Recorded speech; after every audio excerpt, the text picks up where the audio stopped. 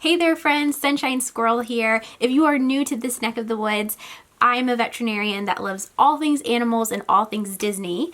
And I mean, you're already here, so you might as well hit that little subscribe button below so you can stay all up to date when I post my latest videos. Now, as you could tell from the title of this video, we are going to be discussing one of my favorite things in the entire world, and that is Goldendoodles. The first dog that I ever had was actually an Old English sheepdog, but the first dog that I had that was considered to be my dog and my responsibilities was a Goldendoodle named Samwise, after Samwise from The Lord of the Rings. And he was just the sweetest dog, loved him, but he had a few little quirks. And I think a lot of times I see so many people that really want to have a doodle, some type of doodle mix, and a specialty or designer hybrid dog. In particular, Goldendoodles seem like they have really rose in popularity over the last couple years. But I think there's a lot of things about them that people may not know before bringing one of these furry friends home. And so in today's video, we're going to be talking all about 5 things that you need to know before ever bringing a Goldendoodle home. And I hope that this video will help you guys to decide if the Goldendoodle is the right breed for you. So the first thing that you need to know about Goldendoodles is that Goldendoodles are high energy dogs.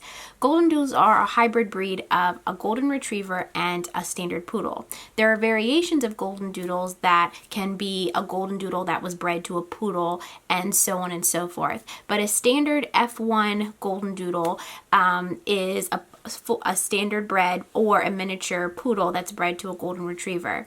And if you know anything about golden retrievers and poodles, these are dogs that are bred to run, they're bred to be service dogs, they're bred to do activities. These dogs need a job to do.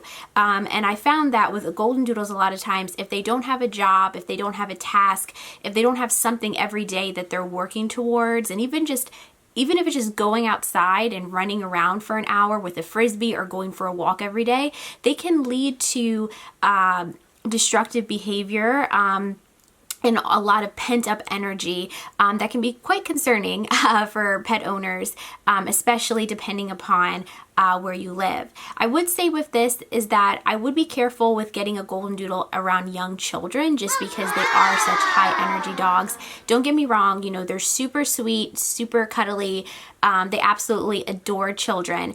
The only thing is that they could potentially harm a child accidentally just from jumping up or just being super excited to see them. The second thing that you need to know about Goldendoodles is that they are very intelligent. Very intelligent.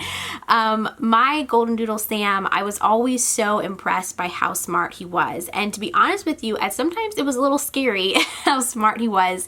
The first day that we brought him home, he knew that this was his home, that this is where he belonged. He had a specific bark for everyone in our family, and he also knew all of us by our actual names. If you would tell him to go to so-and-so, he would go to them.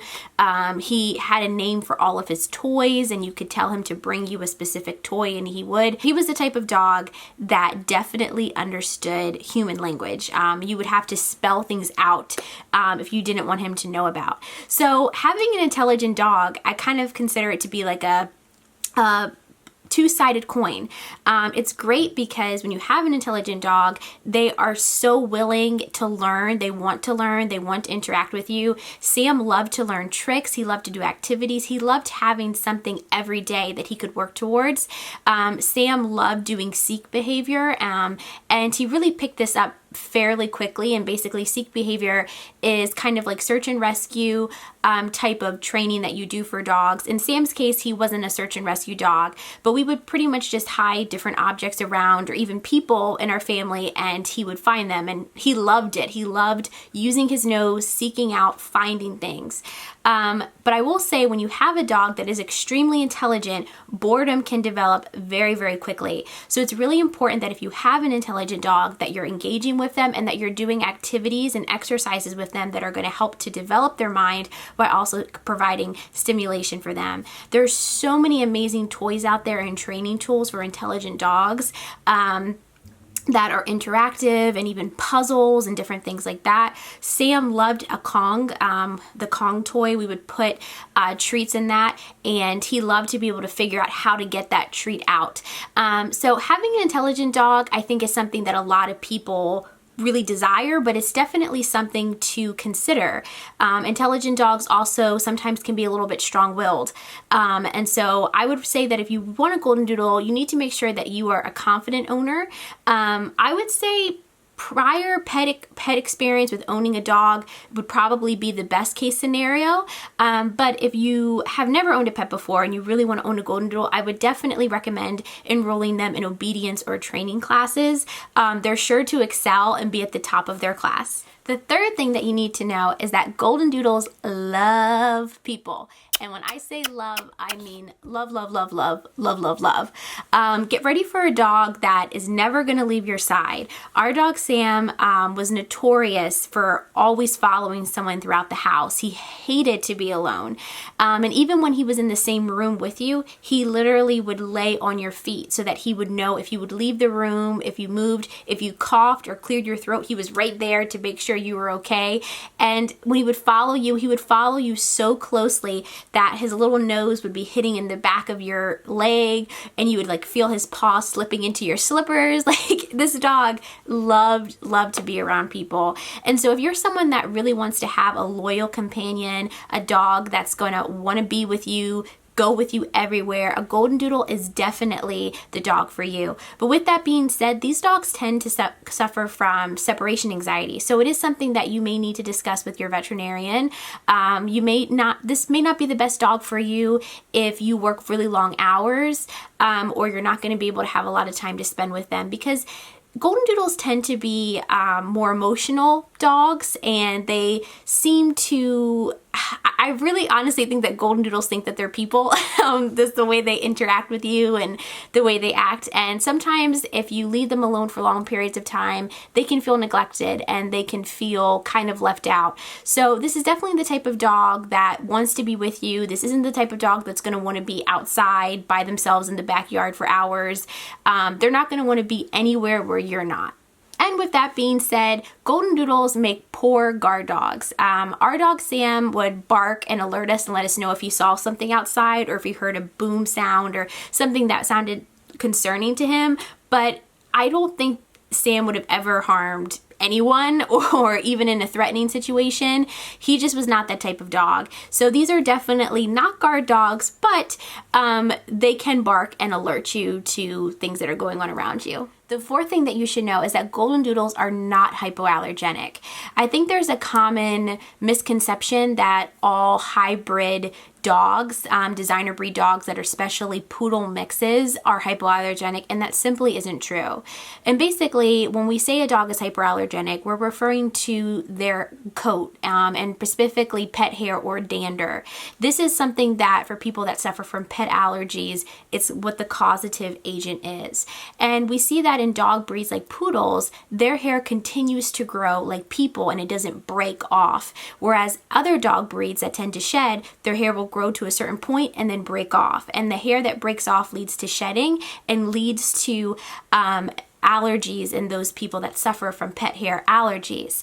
The thing with Goldendoodles is what I'll say is that there are some Goldendoodles that don't shed. There are some Goldendoodles that shed a little bit, and there are some Goldendoodles that shed profusely. Sam shedded profusely. You could just touch him on his back and hair would just poof. It was like a little dust cloud of hair. So he was not in any shape or form hyperallergenic. Thankfully, no one in our family had an issue with pet hair, but it required frequent mopping, frequent sweeping, and frequent brushing. So if you really are someone that really suffers badly from pet allergies, I wouldn't take the risk with getting a Goldendoodle. Instead, I think it would be better for you to stick to a breed that has more of that human hair type quality coat, which would be a poodle. And then the last thing that you need to know about Goldendoodles is one of the best qualities of a Goldendoodle, and that is Goldendoodles are fun size to super size. So if you have always wanted to own a golden retriever, but you live in a place where you don't have the space for them, or you just aren't a big dog person, there is news for you. Goldendoodles come in miniature and standard sizes. Miniature Goldendoodles get no more than 35 to 40 pounds. Standard Goldendoodles can get anywhere between 90 to 95 pounds. My Goldendoodle was around 92 pounds at his heaviest.